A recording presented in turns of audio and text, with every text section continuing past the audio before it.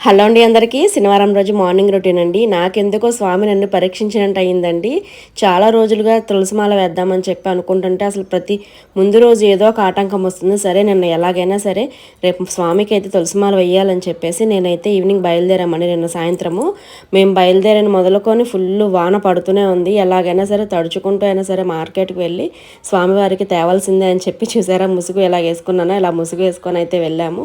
ఫుల్గా తడిచాము. ఇంకా స్వామికి తులసిమాల అలాగే కొన్ని తులసి దళాలు తీసుకొచ్చాను. ఇంకా స్వామికి నైవేద్యంగా తులసి నీళ్లు పెట్టి అలాగే పాలు బెల్లం కూడా పెట్టుకున్నాను. ఇంకా తులసాకులతో స్వామిని అలంకరించుకొని తులసి దళాలతో పూజ చేసుకున్నాను. ఇంకా మా వారైతే స్వామికి తులసిమాల వేశారనమాట. ఈ శనివారం రోజు మా ఇంట్లో పూజ అయితే ఇలా జరిగింది. ఈరోజు పొద్దున్నే మా బుడ్డి వచ్చింది. గోవిందా చెప్తుంది స్వామికి, వినండి. స్వామిని అలా అలంకరించుకున్నందుకు నాకు చాలా తృప్తిగా అనిపించింది. ఓం నమో వెంకటేశాయ.